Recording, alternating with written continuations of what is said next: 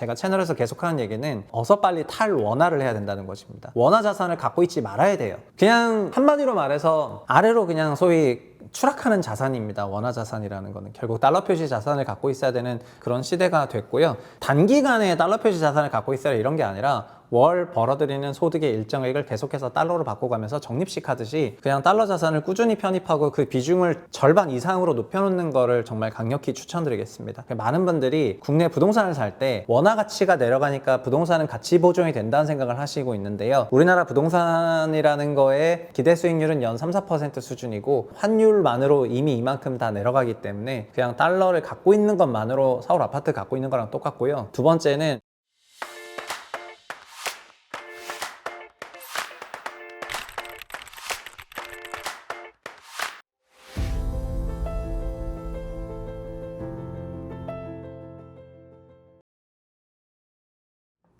안녕하세요, 최부심입니다. 트럼프 2기가 되면서 부동산이 어떻게 되냐 뭐 이런 질문들도 굉장히 기자분들이 많으시고 요즘에 여러 가지 자산 시장에 좀 많은 변화가 나타나고 있는 것 같아가지고 오늘 이 내용을 간단하게 좀 정리해 보겠습니다. 사실은 최부심에서는 계속 말씀을 드려왔는데 우리 채널을 꾸준히 보신 분들은 좀 아시겠지만 좀 정리하는 게 의미가 있을 것 같아가지고요.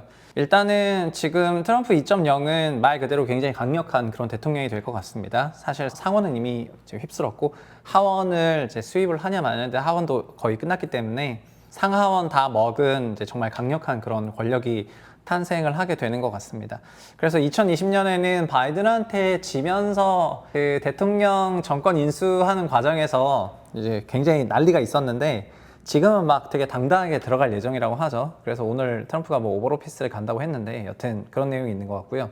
그리고 미국 선거를 되돌아보면은 이번 미국 대선은 그냥 첫째도 둘째도 결국은 경제 그리고 물가였거든요. 특히 물가였습니다. 물가가 너무 올랐다는 겁니다. 그래서 평균적으로 보면은 뭐 지미 카터나 포드, 그 다음에 닉슨 대통령이 있었던 그런 시절에 인플레이션을 제외하고 오직 바이든일 때 5%가 올랐거든요. 그러니까 어마어마한 물가 상승이 있었습니다. 트럼프는 바로 직전에 1.8%밖에 없었기 때문에 물가 상승이 별로 없었어요. 그래서 이거를 좀 응징하고 싶었던 거죠. 기분이, 그러니까 삶을 퍽퍽하게 만들었기 때문입니다. 그래서 물가가 너무 올라서 지출이 위축되고 있는 그런 마당이었는데 소위 뭐 정말 돈 잘 버는 월가에 있는 그런 엘리트들은 이런 문제가 없었겠지만은 막 푸드 스탬프 받아야 되고 이런 서민들은 이런 문제에 굉장히 예민할 수밖에 없었는데 이거를 안 해결하면서 그냥 가격 상한제, 우리로 치면은 이제 가격 상한제를 하겠다고 과거 해리스가 프라이스 가우징이라는 걸 썼었는데 이런 걸 한다고 하니까 야, 민주당 제정신이야 이러면서 전 민주당 지지자들이 좀 트럼프를 찍었다 이렇게 많이 알려져 있죠. 그리고 실제로 올라간 걸 보면은 하우징 프라이스나 아니면 음식료 가격이 정말 그냥 산더미 같이 올랐고요. 그냥 다른 대통령들이랑 비교하면은 말도 못할 정도로 올랐어요. 그러니까 이 정도 올랐으면은 뭐 티가 나야죠. 사실 우리나라도 이런 걸 이미 경험을 해봤잖아요. 사실은 문재인 정부 때 여러 가지 정책들이 있었지만 가장 큰 실기가 부동산 가격 상승률이 너무 높았다는 거지 않습니까? 2020년부터 코로나로 인했던 그런 장기 유동성이 후반부의 상승을 드러낸 거지만은 2017년부터 19년 말까지 있었던 그 일기 상승률은 소위 정책 실패가 맞거든요. 그러니까 정책 실기와 거시 환경이 맞물려서 올라갔는데 그런 부분에 대해 가지고 사과 한 번 없었고 그냥 그걸로 인해 가지고 어떻게 보면은 주택가격이 너무 올라가니까 뭐 연애 결혼 출산이 어렵다고 생각했던 특히 젊은 남성들에게 완전 심판받았고 이런 것과 2022년에 윤석열이 대통령 되는 그런 걸로 이어졌습니다. 사실은 한국은 그래서 미국 대선을 이미 프리뷰로 해본 거예요. 프리퀄로. 그냥 22년 대선과 24년 미국 대선은 시대 정신이 굉장히 유사했습니다. 그래서 잠깐의 관심만 있으면은 그냥 누구나 다 생각해서 물가가 너무 오르고 너무 소위 선문답 같은 얘기만 하니까 그냥 바이든이 안 될 수도 있겠다 이런 생각하는 게 되게 상식이었는데 우리는 전혀 이렇게 해석을 하지 않았었던 것 같고요. 그래서 열받은 미국인들 심리를 드러내는 책들이 많았었고 저희 채널에서는 채북스에서 힐빌리 노래 제이디 벤스가 쓴 건데 이거를 좀 소개했는데 소개하고 나서 또 한 달 지나니까 부통령 되고 말이죠. 근데 이게 그러니까 그 기저에 깔려있는 그 심리다 이렇게 읽는 것이 맞겠죠. 그리고 제이디 벤스가 부통령 됐을 때 그 기저 심리를 읽었으면은 지금 결국 물가랑 그 다음에 미국민을 대표하지 않는 미국 민주당에 대한 비판이 도를 넘어섰다는 거를 캐치해야 되는데 자꾸 막 고귀하고 존귀하고 이런 어려운 형이상학적인 개념만 얘기하다 보니까 이제 그런 문제가 있었던 것 같습니다. 그래서 한국 국민들이 최근에 국내 언론들에 대해서도 약간의 네거티브한 시선을 갖고 있고 이거를 언론사들이 굉장히 불편해하고 있습니다. 그래서 최근에 국내 언론사를 비판하는 그 유튜브 채널도 많이 나온 것 같고요. 근데 그런 걸 보면은 언론사들이 어떻게 보면은 반 트럼프 성향의 언론 기사들을 많이 소개하면서 이런 거를 좀 스스로 하지 않았나 싶습니다. 특히 이코노미스트지나 CNN 같은 경우에는 정말 여기는 진짜 안티 트럼프 성향의 언론사인데 이런 기사들이 한국에 많이 번역이 되어 왔어요. 그래가지고 한국에서는 마치 박빙인 것처럼 아니면 심지어 선거 일주일 전에는 뭔가 해리스가 이길 것처럼 멍텅 그렇게 해가지고 막 붐업을 시키다가 그냥 뚜껑 열어보니까 그냥 완전 처참히 얻어맞게 된 거죠. 그러면서 백래시가 지금 오고 있는 겁니다. 왜 그렇게 트럼프를 악마화했냐 이런 거가 있는 것 같습니다. 저 개인적으로는 그냥 국내 언론의 보도는 그냥 이 언론 저 언론 했기 때문에 별 문제가 없다고 느꼈다가 일주일 전쯤에 선거 일주일 남아가지고 해리스의 지지율이 폭등했던 때가 있었습니다. 트럼프가 폭락하고요. 이거를 폴리마켓에서 그렇게 됐는데 여론조사도 그렇게 됐거든요. 그러니까 여론조사가 그렇게 되면서 그러니까 선거 일주일 남기고 지지율이 선거 일주일 남기고 급반등한다? 여러분 이거는 그냥 소설 속에 일어나는 얘기입니다. 그러니까 한국을 빗대어 생각해 볼게요.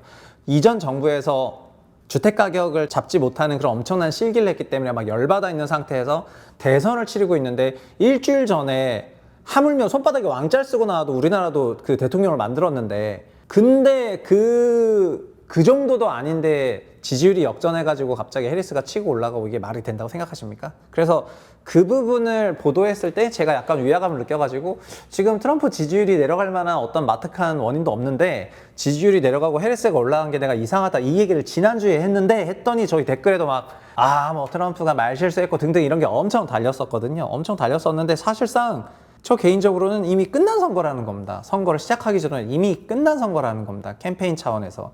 그래서 그냥 저는 그냥 트통이 될 것 같다. 왜냐하면 별로 달라질 게 없어서라고 했는데 저희 그런 발언이 굉장히 댓글을 통해서 비판을 받았었는데 지금 생각해보면 결국은 그런 부분이 이제 약간 더 위화감이 느껴지는 부분이 아니었나 싶고요. 결국은 그거를 실패한 거죠. 어쨌든 여조를 통한 그런 상황 몰아가는 거를 이제 실패하게 되었습니다. 자, 이제 트럼프 시대 한국 부동산은 일단 특통이 되니까 바로 연준 FMC도 소위 그냥 들러리 행사 이 정도는 아닌데 갑자기 들러리 행사로 전락을 해버렸습니다. FOMC 행사가. 사실은 저희가 달러 전쟁이라는 책도 소개를 시켜줬는데 미국의 경제정책이라든가 달러와 관련한 여러 정책은 연준도 있고 재무부가 있거든요. 그래서 연준과 재무부가 콤비 플레이를 해야 됩니다. 현재는 파월하고 옐런 의장이 있고 둘은 한 통속입니다. 그러니까 콤비 플레이가 되고 있는데요.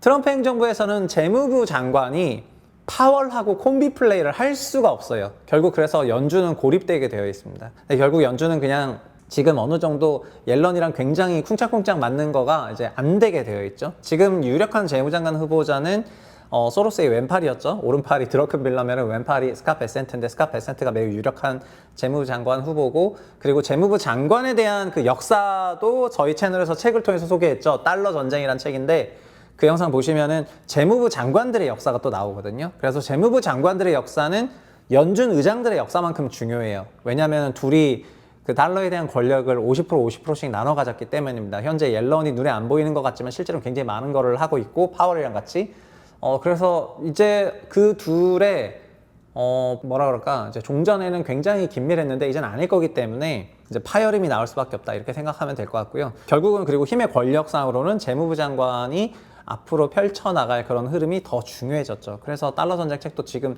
다시 읽어야 되는 그런 시기가 됐습니다. 여튼 그러다 보니까 과거 파월 옐런 시기 콤비 때의 그 시기의 정책들이 장기화되기 어렵다고 생각하면은 그러면서 지금 사람들이 방향이 어디로 갈까라고 생각을 많이 하는 것 같습니다. 일단 단기적으로는 금리가 튀니까 그냥 금리가 튀니까 우리나라도 금리 좀 안 내려올 것 같다라고 생각하면서 좀 네거티브한 생각을 갖고 있는 분들이 많을 것 같은데 아마도 뭐 반년은 그런 분위기로 가지 않을까 싶지만요.